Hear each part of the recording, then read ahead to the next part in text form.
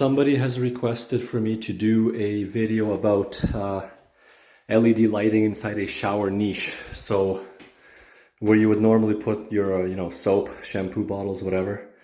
So here we are, it's still during construction here. I've got a wire over here. Okay, this is what's going to be connected to my LED strip. And what the tile guy has done is he took one of my aluminum channels that kind of runs along here.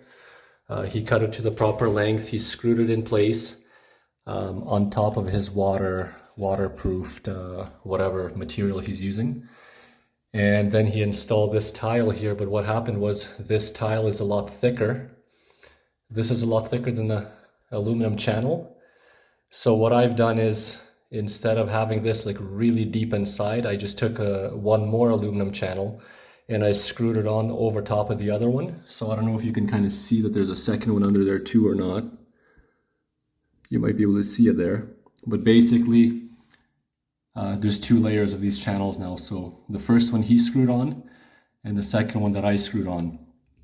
And what I'm going to do is just stick my LED tape in here, make the connection to here, and just kind of push it back into the hole that this over there access for this wire. So then we'll put the lens cover on and he'll come and finish his grout and everything. And hopefully he doesn't get our lens dirty. If he should probably put a piece of tape over it, do his grout, and then we can take it off and it's all clean. The other side of this, the power supply side, is so this shower light is being turned on with this switch right here. So I've got the low voltage wiring coming up to this switch, and from this switch it turns on, it goes to the shower, okay? But the power supply side is under here, inside of this cabinet. So this is just a temporary connection, I'm just testing. The final product will actually have a junction box screwed to the back of that cabinet.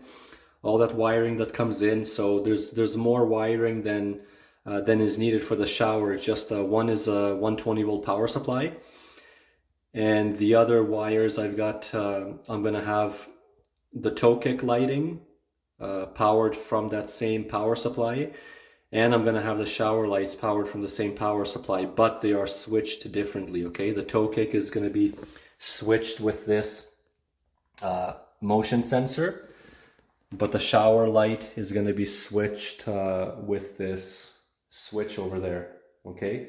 So that's how it works. I've got my power supply here, 120 in, 12 volts out. So my 12 volt is going to come to my wire. One of these wires right here is going to that shower switch, and from the switch to the actual shower niche. And that's how this works. I've made the connection here, the LED strip to my supply wires coming in. And what I've done here is I use these B connectors. They're low voltage connectors. The reason is because I don't have much space in there to fit my wires and like small wire nuts or whatever. So these are kind of flat. You just crimp these on, they're pressure, you just crimp them, and it makes a nice tight connection. And I'm just going to tape it up before I put it in that hole over there.